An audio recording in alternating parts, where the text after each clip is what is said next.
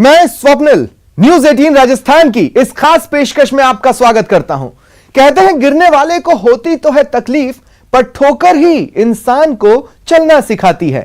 2021 में यही हुआ। कोरोना ने सभी को झकझोर दिया, कारोबार, रोजगार सब प्रभावित हुए। लेकिन इसके बाद भी न सरकार ने हार मानी और न समाज ने घुटने टेके। जिंदगी की जद्दोजहद के लिए कदम आगे बढ़ना शुरू हुए। धीरे धीरे नए नए कीर्तिमान स्थापित किए जाने लगे। अब जब 2021 विदा हो रहा है, हम नई ऊर्जा, नए जोश के साथ नए साल में दाखिल हो रहे हैं, तो एक नजर 2021 की घटनाओं पर डालना जरूरी हो जाती है, क्योंकि अतीत की अनदेखी करने वाले कूड़ेदान में फेंक दिए जाते हैं।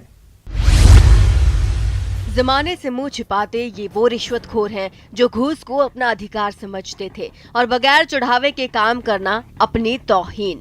ऐसे कई भ्रष्टाचारियों के लिए साल 2021 काल बनकर आया। इस साल एसीबी ने रिकॉर्ड 470 मामले दर्ज किए। एसीबी के डीजी बीएल सोनी के निर्देश में इस साल एसीबी ने पिछले 5 सालों में सबसे ज्यादा भ्रष्ट अधिकारियों और कर्मचारियों का पर्दाफाश करते हुए उन्हें सलाखों के पीछे धकेला। राज्य सरकार के अधीन आने वाले विभागों के अलावा एसीबी ने पहली बार भारत सरकार के अधीन आने वाले विभागों में भी कार्रवाई की। अगर मैं संख्या के हिसाब से बात करूं तो हमने अब तक 15 दिसंबर तक 400 से ज़्यादा ट्रैप कर लिए हैं और कुल 470 प्रकरण पंजीबद्ध हुए हैं। इस साल आय से अधिक संपत्ति के मामलों में भी एसीबी ने करोड़ों की संपत्ति को उजागर किया। एसीबी से मिली जानकारी के अनुसार इस साल 94 गैजेटेड और 355 नॉन गैजेटेड अधिकारियों कर्मचारियों के खिलाफ कार्रवाई हुई। एसीबी डीजी बीएल सोनी के मुताबिक नए साल में संगठित करप्शन पर फोकस किया जाएगा। बीएल सोनी नए साल में भ्रष्ट लोक सेवकों को और सरप्राइज करने का वादा कर रहे हैं। मतलब साफ है, या तो आदत सुधारो या फिर अंजाम भुगतने के लिए तैयार रहो। बीएसटीसी बीएड विवाद में जोधपुर हाई कोर्ट का फैसला सुर्खियों में रहा। फैसले के मुताबिक हाई कोर्ट ने बीएसटीसी के अभ्यर्थियों को बड़ी राहत देते हुए उन्हें ही रीट लेवल 1 के लिए पात्र माना है। इससे बीएड योग्यताधारियों को बड़ा झटका लगा है। अब रीट लेवल 1 की परीक्षा देने वाले 9 लाख बीएड योग्यताधारियों का रिजल्ट जारी नहीं होगा। कोर्ट का फैसला आते ही बीएसटीसी डिग्री धारकों में खुशी की लहर फैल गई, जबकि बीएड योग्यताधारी निराश हो गए। रीट लेवल 1 में बीएड बीएसटीसी विवाद को लेकर दायर राजेंद्र चोटिया की याचिका पर सुनवाई करते हुए राजस्थान उच्च न्यायालय के मुख्य न्यायाधीश अखिल कुरैशी की खंडपीठ ने रिपोर्टेबल जजमेंट लिखाते हुए इस मामले में बीएड के करीब 9 लाख अभ्यर्थियों को इस परीक्षा से बाहर करने का आदेश दिया। राजस्थान हाईकोर्ट के इस आदेश से न केवल राजस्थान बल्कि देश भर के बीएसटीसी अभ्यर्थियों को बड़ी राहत मिली है। गौरतलब है कि एनसीईटी ने साल 2018 में एक नोटिफिकेशन जारी कर बीएड अभ्यर्थियों को इस परीक्षा के योग्य मान लिया था, जिसको यहां पर चुनौती दी गई, जिस पर सुनवाई करते हुए हाईकोर्ट ने यह महत्वपूर्ण फैसला सुनाया है। साल 2021 वैसे तो कोरोना की चुनौतियों और महत्वपूर्ण मानव जीवन के नुकसान से भरा रहा, लेकिन इन सब के बीच इस साल एक ऐसा काम भी शुरू हुआ जो अजमेर के विकास में पंख लगाने का काम करेगा, इसकी प्रगति का मार्ग प्रशस्त करेगा। वैसे अजमेर में चिकित्सा सुविधाओं का विस्तार लंबे समय से एक प्रमुख मुद्दा बना रहा।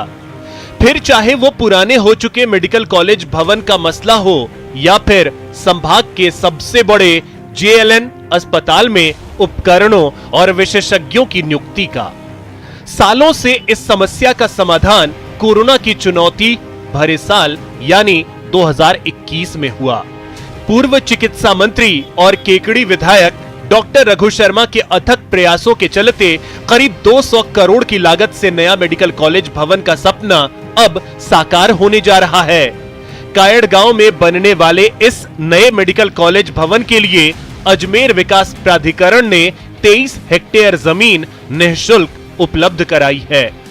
डॉक्टर रघु शर्मा के मंत्री रहते ही 9 जून 2021 को इसकी प्रशासनिक और वित्तीय स्वीकृति भी जारी हो गई। 31 दिसंबर को टेंडर निकलने के साथ ही नए साल में इसका निर्माण कार्य भी शुरू हो जाएगा।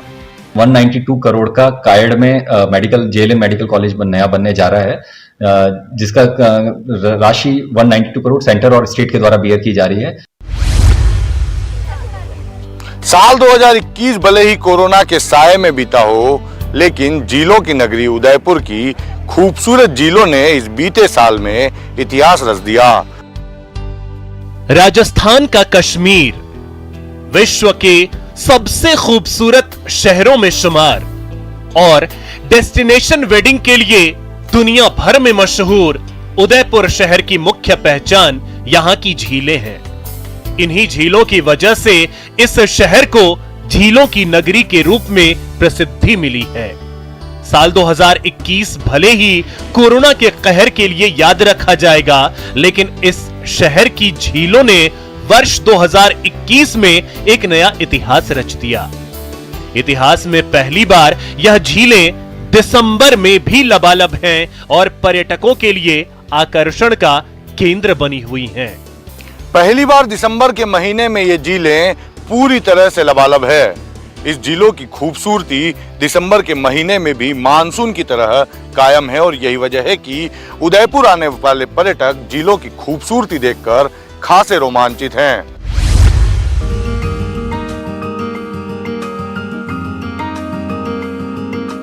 वर्ष 2021 कोचिंग सिटी के बाशिंदों को खास सौगात दी गया।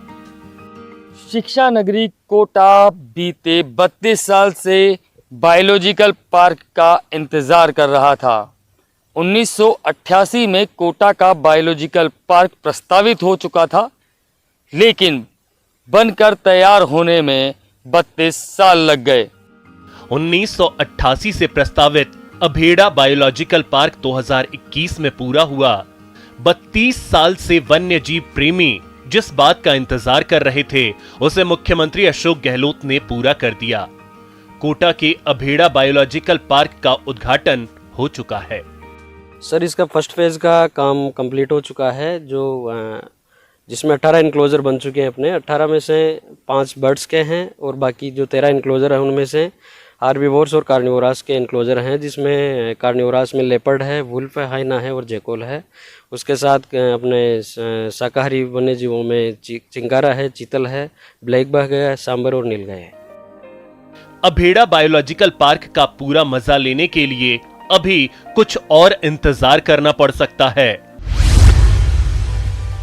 कोरोना की कठिन और विपरीत परिस्थितियों में भी गहलोत सरकार ने राज्य में खेल और खिलाड़ियों पर विशेष ध्यान दिया। खिलाड़ियों को सीधी नौकरी देने की बात हो या फिर पुरस्कार राशि में इजाफा, गहलोत सरकार ने कई ऐतिहासिक फैसले किए। खेलों और खिलाड़ियों को प्रोत्साहित करने का भरपूर प्रयास किया। तस्वीरें बीकानेर की हैं। वर्ष 2021 बीकानेर के लिए काफी खास रहा। एक और जहां जिले में कई नए कॉलेज खोले गए, वहीं संभाग के सबसे बड़े राजकीय डूंगर कॉलेज में पढ़ने वाले छात्रों को स्पोर्ट्स से जोड़ने के लिए राज्य सरकार ने 1 करोड़ की लागत से स्पोर्ट्स कॉम्प्लेक्स बनवाया।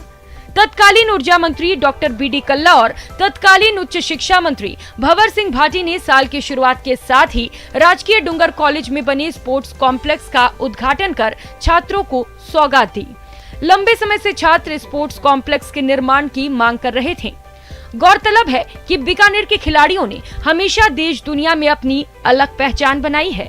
नए स्पोर्ट्स कॉम्प्लेक्स का निर्माण होनहारों को उनके हिस्से का आसमान मुहैया करने की दिशा में बढ़ाया गया सरकार का एक और प्रयास माना जा सकता है। विदाई ले रहा वर्ष 2021 सुजान गंगा नहर के उद्धार के लिए भी याद रखा जाएगा। भरतपुर की जीवनदायिनी कहे जाने वाली सुजान गंगा नहर अपने अस्तित्व को खोने की कगार पर थी। नहर का पानी पूरी तरह से हरा हो चुका था। चारों तरफ काई ही काई नजर आती थी। नहर में कूदकर लोग जान दे देते थे। वही नहर जिसने कभी भी लोहागढ़ दुर्ग को हार का सामना नहीं करने दिया। स्थानीय लोगों ने प्रदर्शन किया, धरना दिया, लेकिन सब बेअसर। स्थानीय नेता भी और चुने हुए प्रतिनिधि भी समय समय पर सरकार में भी आवाज उठा रहे थे, लेकिन किसी के पास नहर की तरफ ध्यान देने का वक्त नहीं था। यूडीएच मंत्री शांति धारीवाल जब भरतपुर दौरे पर आए तो उन्होंने सुजान गंगा नहर का दौरा किया। नहर की बदहाली को देखकर उन्होंने नाराजगी जताई और अधिकारियों को सुजान गंगा नहर को पर्यटन स्थल के रूप में विकसित करने के निर्देश दिए। स्थानीय विधायक और राजस्थान सरकार में मंत्री डॉक्टर सुभाष गर्ग ने भी नहर को विकसित करने के प्रयास किए। यूडीएच मंत्री शांति धारीवाल ने अधिकारियों को आना सागर झील की तर्ज पर सुजान गंगा नहर को विकसित करने के निर्देश दिए। कुछ दिन बाद यूआईटी और नगर निगम ने मिलकर नहर की साफ सफाई कराई और उसके बाद उसमें बोटिंग शुरू हुई। अब नहर के किनारे जगह जगह पर चौपाटी बनाई जा रही है और सुजान गंगा नहर को पूरी तरह से पर्यटन स्थल के रूप में विकसित किया जा रहा है। कहा जा सकता है कि भरतपुर में एक बड़ा विकास कार्य कराया गया है जो जिले की पहचान को और बुलंदी पर ले जाएगा। मुश्किलें मांझती हैं, कम से कम 2021 तो यही बताया गया। जी हाँ, कोरोना की दूसरी लहर जो पीक पर थी, ऑक्सीजन की कमी से त्राहिमाम मचा था, तब सीकर के लोगों ने अपने आप से एक प्रण किया, चाहे जो हो लेकिन आगे से ऑक्सीजन की कभी कमी नहीं होने देंगे।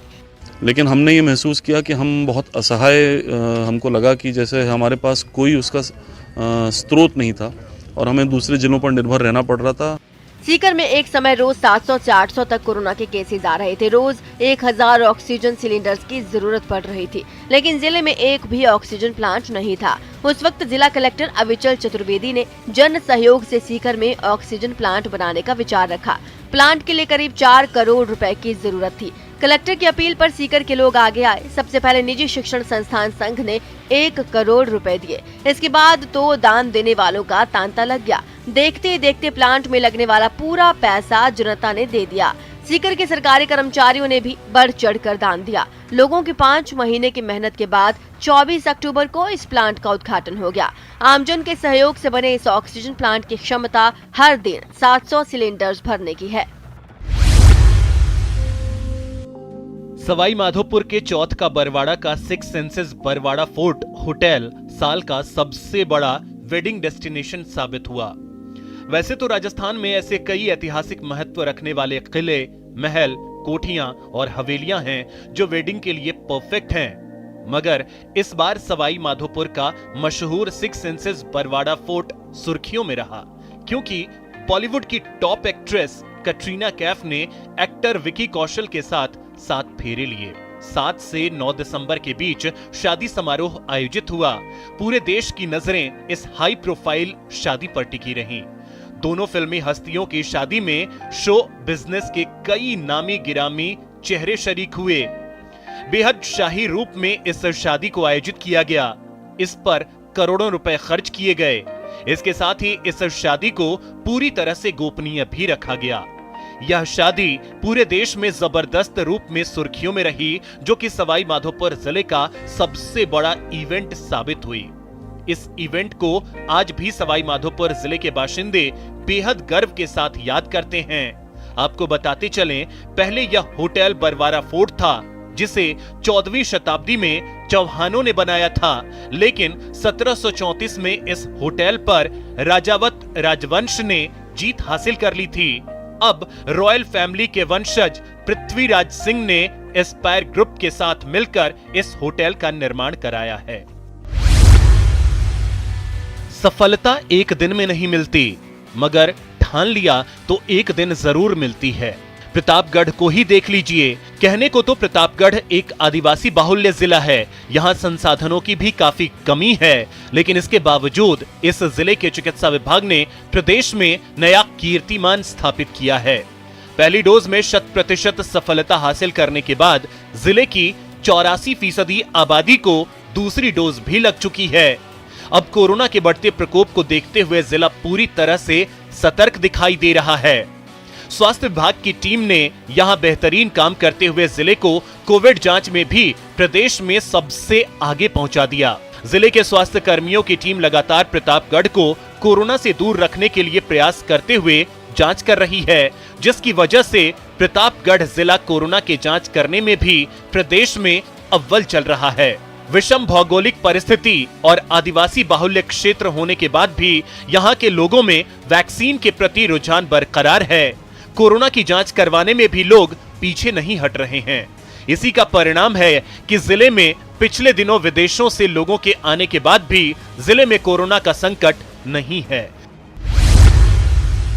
पाली जिले ने इस वर्ष वो गौरव हासिल किया जो उसे आजादी के 7 दशक में भी नहीं मिला था। इस वर्ष पहली बार जिले के किसी व्यक्ति को देश के सर्वोच्च सम्मानों में से एक पद्मश्री से सम्मानित किया गया। राष्ट्रपति रामनाथ कोविंद ने देवली निवासी 94 वर्षीय अर्जुन सिंह शेखावत को साहित्य के क्षेत्र में उनके उल्लेखनीय योगदान के लिए पद्मश्री से नवाजा। राष्ट्रपति के हाथों सम्मानित होने वाले अर्जुन सिंह शेखावत जिले के पहले व्यक्ति हैं। वैसे डॉक्टर शेखावत का नाम सबसे ज्यादा राजस्थानी भाषा को भारतीय संविधान की 8वीं सूची में दर्ज कराने के लिए छेड़ी गई उनके मुहिम के लिए याद किया जाता है। मैंने राजस्थानी भाषा, साहित्य, संस्कृति पर लिखी है और आदिवासियों के ऊपर भी काफी किया है। बाकरा भूमिया करके जो मेरी पुस्तक है उसका अंग्रेजी अनुवाद भी हुआ और यूनेस्को से पुरस्कृत भी हुई वो। डॉक्टर शेखावत पिछले 30 सालों से राजस्थानी मायड़ भाषा को संविधान में शामिल कराने के लिए संघर्ष कर रहे हैं। राजस्थानी भाषा और साहित्य को जीवन समर्पित करने वाले शेखावत ने अपने जीवन की शुरुआत एक शिक्षक के रूप में की थी। इसके बाद वे बीडीओ बने। इस बीच उनका साहित्य से लगाव बढ़ता गया। अब तक अर्जुन सिंह शेखावत 22 पुस्तकें लिख चुके हैं और कई पुस्तकों का अनुवाद और संपादन भी कर चुके हैं। इस तरह उनके साहित्य की संख्या 50 तक पहुंच गई। उन्हें अब तक 18 पुरस्कार मिल चुके हैं। उन्होंने ट्राइबल कल्चर ऑफ गरासिया पुस्तक का अंग्रेजी अनुवाद भी किया। उनकी रचना भाखर रा भूमिया काफी चर्चित रही है। केंद्र और राज्य सरकारें आम जनता की सुविधा और उनके जीवन स्तर को सुधारने के लिए कई तरह की योजनाएं चलाती है। साल 2021 की बात की जाए तो राजसमंद जिला केंद्र और राज्य सरकार की विभिन्न योजनाओं के बेहतर क्रियान्वयन और नवाचार के लिए देश भर में अव्वल रहा। इसी का नतीजा था कि जिला कलेक्टर अरविंद कुमार पोसवाल को प्रदेश के बेस्ट कलेक्टर के अवार्ड से सम्मानित किया गया। यह पहली बार था जब राजसमंद जिले के किसी कलेक्टर को प्रदेश की ब्यूरोक्रेसी के सबसे बड़े सम्मान से नवाजा गया। केंद्र सरकार के महत्वाकांक्षी मिशन प्रधानमंत्री आवास योजना और कोरोना काल में गरीब जनता के हित के लिए चलाए गए प्रधानमंत्री गरीब कल्याण योजना में राजसमंद देश भर में अव्वल रहा। साथ ही नरेगा में सबसे अधिक 100 दिन का रोजगार देने और जल जीवन मिशन में सबसे अधिक नल कनेक्शन देने में भी राजसमंद टॉप पर रहा। आपको बताना चाहूँगा कि जैसे प्रधानमंत्री आवास योजना उसमें हम पूरे देश भर में प्रथम रहे। उसके अलावा जल जीवन मिशन और नरेगा में जो है पूरे राज्य में प्रथम स्थान पर रहे। तो ये पूरे जिले की प्रगति है। तो पूरे जिले के लोगों ने एक टीम की तरह काम किया जिसके कारण हमें ऐसे परिणाम प्राप्त हुए। इस साल राजसमंद जिले ने पूरे देश में अपनी प्रशासनिक योग्यता और कुशलता के दम पर एक विशेष पहचान बनाई। ऐसे में अब जिलेवासियों की यही चाहत है कि साल 2022 में भी राजसमंद अपने विशिष्ट पहचान कायम रखे। वर्ष 2021 राजस्थान में 2 नदियों के संगम के लिए भी याद रखा जाएगा। प्रदेश में पहली बार 2 नदियों को जोड़ा गया। आहू और चंवली नदी को आपस में जोड़ा गया। यह प्रयोग झालावाड़ के पिड़ावा क्षेत्र में किया गया। अब आहू नदी से बेकार बहने वाली पानी चंवली नदी में आ जाएगी, जिससे चंवली बांध में स्टोर किया जाएगा। इससे दर्जनों गांवों की प्यास बुझाई जा सकेगी। जो अपना ये चंवली डैम है जनरली ये खाली रह जाता है, ओवरफ्लो 1-2 बार ही हो पाया है। तो जो आहू नदी से गागरीन डैम के ऊपरी छोर से इसको जोड़ा है, तो निश्चित रूप से जैसे ही गागरीन डैम छलकेगा तो इसका पानी लगातार आता रहेगा। जल संसाधन विभाग के पूर्व चीफ इंजीनियर केडी सांधू ने दोनों नदियों को आपस में जोड़ने का प्रस्ताव 2017 में राज्य सरकार को भेजा था। तत्कालीन मुख्यमंत्री वसुंधरा राजे ने प्रस्ताव स्वीकार करते हुए बजट में इस प्रोजेक्ट की मंजूरी दे दी थी। यही वजह है कि प्रोजेक्ट पूरा होने पर झालरापाटन से विधायक और राजस्थान के पूर्व मुख्यमंत्री वसुंधरा राजे ने भी अपनी खुशी जताई थी, क्षेत्रवासियों को बधाई दी। ऑलमोस्ट इतना बड़ा एग्जाम्पल हो गया आहू और चंवली के बीच का जो अपन ने क्लिक करा है, उसकी वजह से मैं तो अभी चादर चढ़ गया था आपके आमली। सचमुच नदियों को जोड़ने का अटल बिहारी वाजपेयी का सपना झालावाड़ में आहू और चंवली के जुड़ने से पूरा हो गया।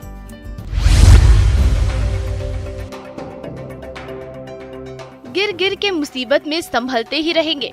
जल जाएं मगर आग पे चलते ही रहेंगे। यही तो हुआ। कोरोना की दूसरी लहर ने हमसे बहुत कुछ छीन ली, लेकिन नहीं छीन पाई तो बस आगे बढ़ने का हौसला, मंजिल तक पहुंचने की जिद, मुश्किलों को चीर कर राह बनाने का संकल्प। महामारी राह का रोड़ा बनकर खड़ी थी, फिर भी विकास की रफ्तार कम नहीं हुई। पर्यटन, कृषि और पेयजल क्षेत्र में चलाई जा रही योजनाओं से चित्तौड़गढ़ की तस्वीर बदलने जा रही है, सूरत संवरने जा रही है। चित्तौड़गढ़ में अफीम, सरसों, सोयाबीन और गेहूं की फसल खूब लहलहाती है, लेकिन कोल्ड स्टोरेज नहीं होने से किसानों को फायदा नहीं मिल पाता। ऐसे में केंद्र सरकार की योजना के तहत जिले में 10 करोड़ की लागत से कोल्ड स्टोरेज का निर्माण कराया जा रहा है। खेती किसानी में अव्वल चित्तौड़गढ़ अपने समृद्ध ऐतिहासिक धरोहरों से पर्यटकों को लुभाता रहा है, लेकिन चित्तौड़गढ़ जिले में आने वाले पर्यटक रात्रि ठहराव नहीं कर पाते, जिससे पर्यटन उद्योग का खासा नुकसान उठाना पड़ता है। लेकिन भविष्य में ऐसा नहीं होगा। आपने जानो माल की सुरक्षा के लिए थाने खुलते देखे होंगे, लेकिन पानी चोरी रोकने के लिए पुलिस थाना खुलना यकीन नहीं हो रहा ना। लेकिन हनुमानगढ़ के नोहर में पानी चोरी रोकने के लिए पहला थाना वजूद में आ चुका है। देख सकते मेरे पीछे बिल्डिंग है, ये थाना खोला है नहरी पानी सुरक्षा एवं चोरी निरोधक थाना। इस थाना के खुलने के बाद जहां सिंचाई पानी चोरी की घटनाओं पर अंकुश लग रहा है, वहीं नोहर के अंतिम छोर पर बैठे किसानों को भी पर्याप्त सिंचाई पानी मिलना संभव हो सका है। कृषि प्रधान हनुमानगढ़ जिले में सिंचाई पानी की चोरी हमेशा से ही एक बड़ा मुद्दा रही है। खासकर जिले के भादरा क्षेत्र में सिंचाई पानी चोरी बड़े पैमाने पर होती है। इसी को देखते हुए राज्य सरकार ने जिले के नोहर में राज्य का पहला नहरी पानी सुरक्षा और चोरी निरोधक थाना खोला है। हमारे हनुमानगढ़ डिस्ट्रिक्ट में पानी चोरी की समस्या मेन थी, तो राज्य सरकार ने प्रयास करके, यहाँ के विधायक साहब ने प्रयास करके यहाँ नहरी पानी जो चोरी होता था उसका चोरी को रोकने के लिए एक थाना खुला है। दरअसल पानी चोरी के कारण नहर के अंतिम छोर पर बसे किसानों को पानी उपलब्ध नहीं हो रहा था। इसके लिए नोहर से कांग्रेस विधायक अमित चाचाण ने अपनी ही सरकार के खिलाफ रासलाना वितरिका नहर पर 7 दिन तंबू लगाकर दिन रात धरना दिया था, जिसके बाद मुख्यमंत्री अशोक गहलोत ने नोहर में नहरी पानी सुरक्षा और चोरी निरोधक थाना खोलने की घोषणा की थी। कुछ कारणों से हमें आशातीत सफलता नहीं मिली। उसके बाद 2019 और 20 में हमने और ज्यादा मेहनत करके काम किया और हमें सिटीजन फीडबैक में अवार्ड मिला।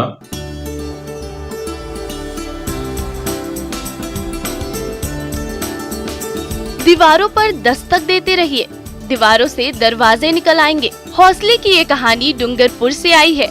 साल 2021 कोरोना की दूसरी लहर में हुई जनहानि का दर्द दे गया, लेकिन यही साल डूंगरपुर वासियों को बड़ी खुशी भी दे गया।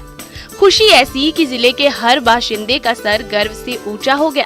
स्वच्छ भारत मिशन के तहत पिछले 4 साल से मेहनत कर रहे डूंगरपुर शहर को साल 2021 में सफलता मिली। डूंगरपुर पूरे देश में अव्वल आया। वर्ष 2016 में जब प्रधानमंत्री नरेंद्र मोदी ने स्वच्छता सर्वेक्षण की शुरुआत की, तो उसके 2 साल बाद 2018 में डूंगरपुर ने पहली बार स्वच्छता सर्वेक्षण में भाग लिया। इसके पहले नगर परिषद के तत्कालीन सभापति के गुप्ता ने डूंगरपुर शहर को स्वच्छता सर्वेक्षण में अव्वल लाने की कवायद शुरू कर दी थी। इसके लिए शहर को खुले में शौच मुक्त बनाने के साथ साथ स्वच्छता के हर पैमाने पर काम शुरू किया। शुरुआती साल में उम्मीद के मुताबिक कामयाबी नहीं मिली। इसके बावजूद तत्कालीन सभापति के गुप्ता और डूंगरपुर शहर की जनता ने हार नहीं मानी। वर्ष 2019 और 2020 के स्वच्छता सर्वेक्षण में डूंगरपुर राजस्थान में अव्वल आया, पर देश में अव्वल आने का सपना 2021 में पूरा हुआ। 20 नवंबर 2021 को दिल्ली स्थित विज्ञान भवन में डूंगरपुर को इंडियाज क्लीनेस्ट सिटी अवार्ड के साथ 3 स्टार सिटी अवार्ड से भी नवाजा गया। और यहां रुकेंगे एक छोटे से ब्रेक के लिए, कहीं जाइएगा नहीं, जल्द हाजिर हो रहे हैं